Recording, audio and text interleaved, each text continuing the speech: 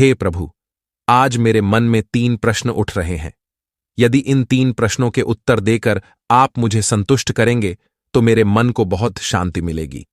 तब भगवान विष्णु कहते हैं, हे देवी, तुम्हारे जो भी प्रश्न है तुम निसंकोच होकर पूछो, मैं तुम्हारी शंका का निवारण अवश्य ही करूंगा। तब माता लक्ष्मी कहती है, हे प्रभु, वह कौन सी स्त्री होती है जिसके भाग्य में संतान सुख नहीं होता है? दूसरा प्रश्न है कि कौन सी स्त्री समय से पहले विधवा होती है? और मेरा तीसरा प्रश्न है कि कौन सा श्रृंगार करने से स्त्री को स्वर्ग में स्थान प्राप्त होता है? तब भगवान विष्णु कहते हैं, हे देवी, तुमने उचित ही प्रश्न किए हैं। तुम्हारे ये तीनों प्रश्न अत्यंत महत्वपूर्ण है। इन प्रश्नों का उत्तर संसार कल्याण के लिए है। जो भी मनुष्य इन्हें ध्यान से सुनता है उसे पृथ्वी लोक पर संपूर्ण सुख प्राप्त होते हैं और मृत्यु के बाद उसे मेरे लोक की प्राप्ति होती है। भगवान विष्णु देवी लक्ष्मी से कहते हैं, हे देवी, आज मैं तुम्हें एक अत्यंत पवित्र कथा सुनाता हूं। इस कथा के माध्यम से तुम्हारे सभी प्रश्नों का उत्तर तुम्हें प्राप्त होगा। लेकिन तुम्हें इस कथा को ध्यान से पूरा सुनना होगा। इस कथा को कभी आधा अधूरा नहीं सुनना चाहिए। इस कथा में समस्त संसार का कल्याण छिपा हुआ है। जो भी इस कथा को ध्यान से पूरा सुनेगा उसके मैं 32 अपराध क्षमा करता हूं। तब देवी लक्ष्मी कहने लगी, प्रभु, मैं आपको वचन देती हूं कि इस कथा को मैं पूरे मन और लगन से सुनूंगी। आप कृपया उस कथा को आरंभ करें।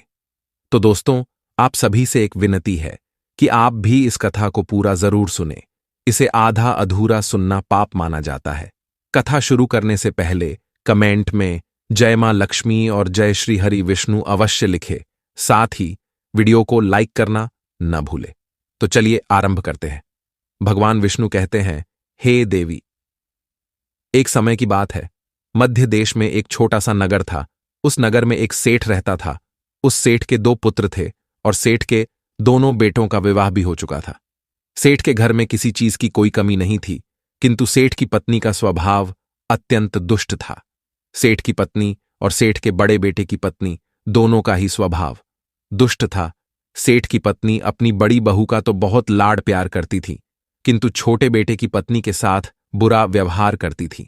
घर की सबसे छोटी बहू अर्थात छोटे बेटे की पत्नी बहुत अच्छे स्वभाव की, ईश्वर पर श्रद्धा रखने वाली पतिव्रता नारी थी। वह अकेले ही घर का सारा काम किया करती थी और गृह कार्य में दक्ष थी। इतना अच्छा स्वभाव होने के बावजूद भी उसकी सास उसके साथ बुरा व्यवहार करती थी, उसका हमेशा अपमान करती थी। इसके पीछे का कारण बस इतना था कि बड़ी बहू को एक पुत्र था और छोटी बहू ने पुत्री को जन्म दिया था। पुत्री को जन्म देने के कारण सेठ की पत्नी अपनी छोटी बहू को बार बार ताना मारा करती थी, लेकिन वह बेचारी कर भी क्या सकती थी। जो भाग्य में लिखा होता है उसके साथ वही होता है। भगवान विष्णु कहते हैं, हे देवी, अब मैं तुम्हें छोटी बहू की कहानी सुनाता हूं। इससे तुम्हें पहले प्रश्न का उत्तर प्राप्त हो जाएगा कि कौन सी स्त्री को पुत्र प्राप्ति नहीं होती है। हे देवी, सेठ की जो पत्नी थी वह पहले से ही दुष्ट और कुटिल स्वभाव की थी। उससे उसकी सास भी परेशान थी। सेठ की पत्नी अपनी छोटी बहू को सबसे ज्यादा दुख देती थी। छोटी बहू का नाम था सुकन्या और सुकन्या को सताने में उसकी सास को बहुत आनंद आता था। सुकन्या बेचारी रोज सुबह ब्रह्म मुहूर्त में जागकर अपने घर के काम करती थी और दिन भर काम करने के बाद उसे रात्रि को ही सोने को मिलता था। इतना होकर भी सेठ की पत्नी अपनी छोटी बहू से द्वेष करती थी। जब छोटी बहू झाड़ू लगाती तो उसकी सास आकर उसे ताना मारती थी कि तेरे हाथ में जान नहीं है क्या? तू जल्दी जल्दी झाड़ू लगा, मैं मंदिर जा रही हूं। मेरे लौट कर आने से पहले तू भोजन बनाकर तैयार रखना और आते ही मैं उस भोजन को ग्रहण करूंगी और सुन, अन्न का एक दाना भी बर्बाद ना हो पाए। बेचारी सुकन्या चुपचाप अपनी सास का अत्याचार सहन करती थी और उसकी सास की हर आज्ञा का बड़ी ही विनम्रता से पालन करती थी। फिर छोटी बहू खाना बनाते हुए सोचने लगी कि मैं घर का इतना काम करती हूं लेकिन फिर भी मैं चैन की सांस नहीं ले पाती हूं। मेरी सासू मां किसी न किसी बात को लेकर मुझे ही ताना मारती रहती है। पता नहीं कब उनकी ताना देने की आदत जाएगी। सुकन्या इतना सोच ही रही थी कि तभी घर के दरवाजे पर खटखटाने की आवाज सुनाई दी। छोटी बहू ने सोचा, अभी तो भोजन तैयार भी नहीं हुआ है, लगता है मेरी सासू मां आज जल्दी लौट आ गई, अब वह फिर से ताना मारेगी। तब सुकन्या ने दरवाजा खोला तो उसने देखा कि द्वार पर एक सन्यासी खड़ा हुआ है। वह सन्यासी सुकन्या से कहने लगा, बेटा, सदा सुहागिन रहो। तुम इस सन्यासी के लिए कुछ भोजन का दान करो। हे पुत्री, मुझे बड़ी भूख लगी है। तब सुकन्या ने सोचा, अगर मैं इस सन्यासी को भोजन करा दूं और इतने में मेरी सांस आ गई तो मेरी खैर नहीं। कुछ देर तक विचार करने के बाद सुकन्या ने सोचा, यदि मैं सासू मां के ताने के डर से इस सन्यासी को भोजन नहीं कराऊंगी तो मुझे महापाप लगेगा, मेरा सारा पुण्य नष्ट हो जाएगा। इतना सोचकर सुकन्या ने उस सन्यासी को घर के अंदर बुला लिया। अतिथि धर्म का पालन करते हुए सुकन्या उस सन्यासी को भोजन कराने लगी। उतने में ही उसकी सास घर पर आ पहुंची और उस सन्यासी को घर के अंदर भोजन करते हुए देखकर उसे बहुत गुस्सा आ गया। वह चिल्लाते हुए सुकन्या से कहने लगी, यहां पर क्या किसी प्रकार का भंडारा या दावत नहीं चल रही है, जो तो राह चलते भिखमंगों को घर में बिठाकर खिला रही हो। सुकन्या ने अपनी सास से बड़ी विनती की, लेकिन सुकन्या की सास ने बहू की एक नहीं सुनी और उसकी सास ने उस सन्यासी को घर से बाहर निकाल दिया और उसके भोजन को उठाकर कचरे में फेंक दिया। उसके बाद वह सास सुकन्या पर गुस्सा करने लगी, अरे दुष्ट औरत, मैंने तुझे कहा था कि अन्न का एक दाना भी बर्बाद नहीं होना चाहिए, लेकिन तूने क्या किया, उस भिखमंगे को इतना सारा भोजन दे दिया। सुकन्या डरते डरते बोली, सासू मां, मैंने सन्यासी को अपने हिस्से का भोजन दिया है, इसमें आखिर इतना गुस्सा होने की क्या बात है। द्वार पर आए अतिथियों को कभी खाली हाथ नहीं भेजते हैं, ऐसा शास्त्र कहते हैं। फिर सुकन्या की सास ने उसे बहुत डांटा।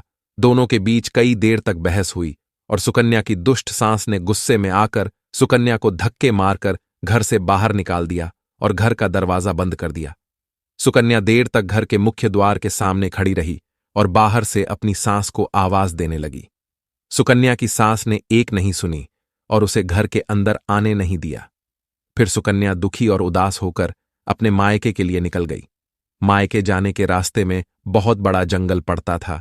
सुकन्या भूखी प्यासी रहकर उस जंगल के रास्ते पर से चलने लगी। तभी उसी समय अचानक जोर जोर से बादल गरजने लगे और मूसलाधार बरसात होने लगी। बारिश से बचने के लिए सुकन्या एक वृक्ष के नीचे जाकर खड़ी हो गई। वहां पर सुकन्या ने देखा कि पेड़ के नीचे मेकोटर बना हुआ है। फिर वह बिना देरी किए जल्दी से उस कोटर में घुस गई। कोटर में जाने के बाद सुकन्या ने देखा कि अंदर कोई साधु महात्मा बैठे हैं। वह सन्यासी कोई और नहीं बल्कि भगवान विष्णु ही साधु का रूप धारण करके बैठे हुए थे। जब उस साधु ने उस सुकन्या को देखा तो बोले, हे पुत्री, तुम इस घने जंगल में अकेली क्या कर रही हो? रोना बंद करो, मैं तुम्हारे बारे में सब कुछ जानता हूं। तुम्हारे ससुराल वाले अत्यंत दुष्ट स्वभाव के हैं और वे तुम्हें बहुत दुख देते हैं। इसका कारण केवल बस इतना है कि तुम्हें पुत्र की प्राप्ति नहीं हुई है। पुत्री को जन्म देने के कारण तुम्हें तुम्हारी सास के ताने सुनने पड़ते हैं। हे पुत्री, तुम चिंता मत करो, मैं तुम्हें एक पर्ची देता हूं। इस पर जो भी उपाय लिखा हुआ है, तुम उस उपाय को पूरे मन के साथ करो, फिर तुम्हें एक गुणवान पुत्र की प्राप्ति होगी। फिर सुकन्या ने वह पर्ची ली और वह साधु वहां से अचानक से गायब हो गए। ये चमत्कार देखकर सुकन्या बहुत प्रसन्न हुई और जब बारिश रुकी तो सुकन्या का पति उसे ढूंढते हुए उस स्थान पर पहुंच गया। सुकन्या ने अपने पति को सारी हकीकत बता दी और फिर दोनों ने ही घर वापस न जाकर उसी जंगल में रहने का निर्णय लिया। वहीं पर रहते हुए एक दिन सुकन्या के मन में पुत्र प्राप्ति का ख्याल आया और वह मन ही मन सोचने लगी कि यदि मेरा भी कोई पुत्र होता तो आज ससुराल में मुझे बहुत ज्यादा इज्जत मिलती। तभी सुकन्या को उस साधु के द्वारा दी गई पर्ची की याद आ गई और फिर जब उसने वह पर्ची खोलकर पढ़ा तो उसने देखा कि जो स्त्री पुत्र प्राप्ति की कामना रखती है उसे रात्रि में अपने पति की बाईं तरफ सोना चाहिए। ऐसा करने से कुछ समय बाद में बाई करवट लेटने से नाक का दाहिना स्वर और दाहिनी करवट लेने से नाक का बायां स्वर चालू हो जाता है। फिर जब पुत्र की इच्छा हो तो उस स्थिति में मिलन से पहले यह निश्चित कर लेना चाहिए कि पुरुष का दायां स्वर चलने लगे और स्त्री का बायां स्वर चलने लगे और उसी समय पर गर्भधान किया जाना चाहिए। ऐसा करने से निश्चित ही पुत्र की प्राप्ति होती है। इसके विपरीत नाक के स्वर चलने से पुत्री की प्राप्ति होती है। उस पर्ची में आगे लिखा हुआ था कि मासिक धर्म शुरू होने के बाद पहले 4 दिनों में पुरुष के साथ मिलन करने से पुरुष को रगड़ता प्राप्त हो जाता है, और 5वीं रात्रि में मिलन करने से पुत्री की प्राप्ति होती है तथा 6ठी रात्रि में मिलन करने से पुत्र रत्न की प्राप्ति होती है। 7वीं रात्रि में मिलन करने से वंध्या पुत्री होती है। 8वीं रात्रि में मिलन करने से बलशाली पुत्र की प्राप्ति होती है। 9वीं रात्रि में मिलन करने से सुंदर कन्या की प्राप्ति होती है तथा 10वीं रात्रि में मिलन करने से विद्वान और अतिश्रेष्ठ पुत्र की प्राप्ति होती है। 11वीं रात्रि में मिलन करने से सुंदर आचरण वाली कन्या प्राप्त होती है। 12वीं रात्रि में मिलन करने से गुणवान पुत्र होता है। 13वीं रात्रि में मिलन करने से लक्ष्मी स्वरूपा पुत्री होती है। 14वीं रात्रि में मिलन करने से गुणवान, बुद्धिमान तथा बलवान पुत्र होता है। फिर सुकन्या ने मासिक धर्म के बाद 14वीं रात्रि में अपने पति के साथ मिलन किया और उसके बाद गर्भ धारण किया। फिर दूसरे दिन सुकन्या का पति जंगल में लकड़ी काटने के लिए चला गया और सुकन्या घर पर पड़ी रही। फिर अचानक से तेज तूफान आया और सुकन्या की झोपड़ी उड़ गई। फिर सुकन्या दौड़ती हुई उसी पेड़ के कोटर में जाकर रुक गई जहां पर उसे वह साधु मिला था। सुकन्या वहां अपने पति की राह देख रही थी कि अचानक वहां पर 2 राक्षसी आ गई। वह राक्षसी अत्यंत मायावी थी। फिर उन्होंने उस कोटर के साथ पेड़ को उड़ाकर एक ऐसे स्थान पर चली गई जहां पर बहुत सारा सोना था। जब सुकन्या ने यह दृश्य देखा तो वह चौंक गई। सुकन्या पेड़ के कोटर में ही छिपी रही। जब वह राक्षसी भोजन की तलाश में गई तो सुकन्या ने उस स्थान पर से बहुत सारा सोना उठा लिया और उसे कोटर में भर लिया। जब वह राक्षसी लौट आई तो फिर से पेड़ पर बैठकर वे उस पेड़ को उड़ाकर उसी जंगल में आ गई। राक्षसियों के जाने के बाद सुकन्या वह सारा सोना लेकर अपने पति के पास चली गई और उसे वह सारा सोना दे दिया। फिर पति और सुकन्या दोनों अपने ससुराल को लौट गए। वहां जाकर उसने अपनी सास को वह सोना दे दिया और सारी हकीकत बता दी, जिसे सुनकर उसकी सास को बहुत गुस्सा आया और बोलने लगी, अरे मूर्ख औरत, तू बस इतना ही सोना लेकर आ गई, इतने सोने से क्या होगा? मैं होती तो बहुत सारा सोना लेकर आ जाती। फिर उसकी सास भी उस जंगल के कोटर में जाकर छिप गई और राक्षसियों की राह देखने लगी। तभी वह 2 राक्षसी वहां पर आई और फिर उन्होंने उस कोटर को उड़ाकर एक बर्फीले पहाड़ पर ले गई। ये देख सास बहुत क्रोधित हो गई और बोलने लगी, ये कहाँ लेकर आई है?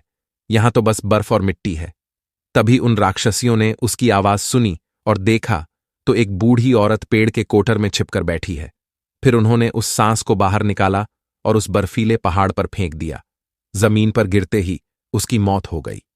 इधर सुकन्या बड़े आनंद के साथ रह रही थी, लेकिन सुकन्या की सांस कभी नहीं लौटी।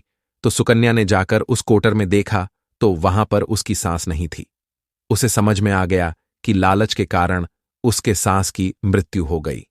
भगवान विष्णु कहते हैं, हे लक्ष्मी, जिस स्त्री को पुत्र प्राप्ति की कामना है उसे मैंने सुकन्या को दी हुई पर्ची में बताए गए उपाय जरूर करने चाहिए। तुम्हारा दूसरा प्रश्न ये था कि किस कारण से स्त्री जल्दी विधवा होती है, तो जो स्त्री अत्यधिक लालच करती है वह स्त्री जल्दी विधवा होती है, और जो स्त्री चरित्र का गहना पहनती है उसे मृत्यु के पश्चात स्वर्ग की प्राप्ति होती है। एक स्त्री को अपने चरित्र का त्याग कभी नहीं करना चाहिए। तो दोस्तों, इस प्रकार से भगवान विष्णु ने माता लक्ष्मी को यह कथा सुनाई थी। उम्मीद है आपको यह कथा पसंद आई होगी। वीडियो को लाइक जरूर करें और कमेंट में जय मां लक्ष्मी, जय श्री कृष्ण जरूर लिखें।